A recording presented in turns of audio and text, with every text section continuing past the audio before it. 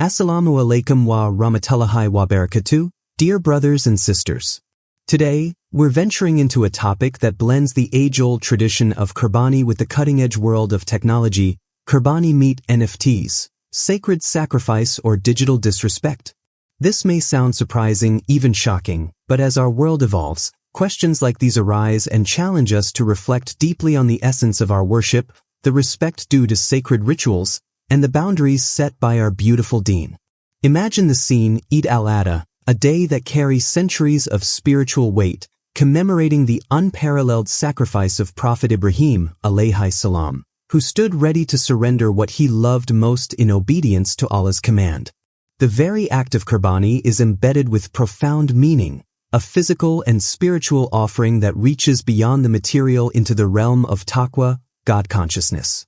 Now, enter the realm of NFTs, non-fungible tokens, a new form of digital ownership where unique assets like art, music, and even now Qurbani Meat shares are bought, sold, and traded online on blockchain platforms.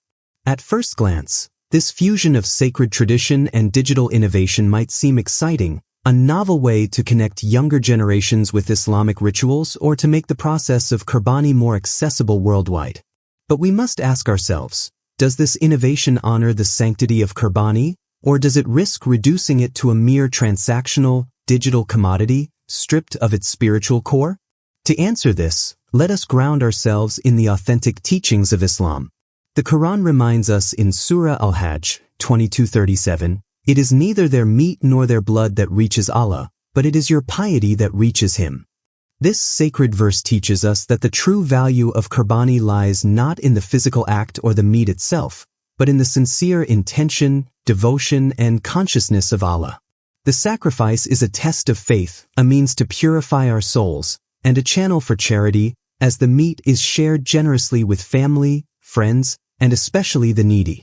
Historically, the Sahaba, the noble companions of the Prophet Muhammad, held this ritual with utmost respect and simplicity. They understood that Qurbani was a personal act of submission, deeply tied to community, charity, and spiritual growth. It was never about commodifying or commercializing the meat beyond its purpose of nourishment and giving. Now, with Qurbani Meat NFTs, the risk is that the meat, the blessed product of sacrifice, becomes a digital asset traded like stock or art, potentially losing the spiritual connection and communal sharing that define this ritual. We must ask ourselves, can a blockchain token capture the essence of a sacrifice meant to humble us before Allah and bring us closer to Him? Or does it transform something sacred into a speculative investment, detached from the heart and the prophetic tradition?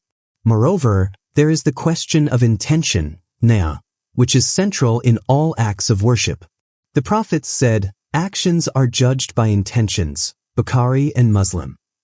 If a person buys or sells Qurbani Meat NFTs primarily for profit, publicity, or social status, rather than out of sincere submission and charity, then the act loses its spiritual reward. Another concern is accessibility and inclusion. Qurbani is an act open to all Muslims who can afford it, a means to foster unity and care for the needy.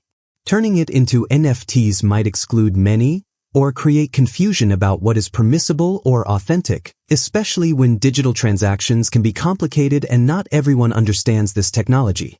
But what about the potential benefits? Some may argue that Qurbani Meat NFTs could increase transparency, allowing donors worldwide to see exactly how their sacrifice is distributed, ensuring trust in charity organizations. While this is a valid point, transparency must never come at the expense of respect, sincerity, and adherence to Islamic principles. The scholars of Islam remind us to always evaluate new practices through the lens of Sharia, ensuring they align with the Quran and Sunnah. So, dear viewers, here's a moment of reflection. Are we embracing innovation for the sake of convenience and novelty, or are we preserving the sacredness and spiritual depth of our worship? Does this digital trend elevate our faith, or does it risk turning a sacred ritual into a modern spectacle? In conclusion, while technology offers amazing tools to connect and facilitate worship, we must approach Qurbani Meat NFTs with caution and wisdom, prioritizing the spiritual intentions and timeless values embedded in Eid al-Adha. Let us honor the legacy of Prophet Ibrahim and the Sunnah of the Prophet Muhammad by ensuring our sacrifices remain acts of sincere devotion, charity, and piety, never mere digital commodities.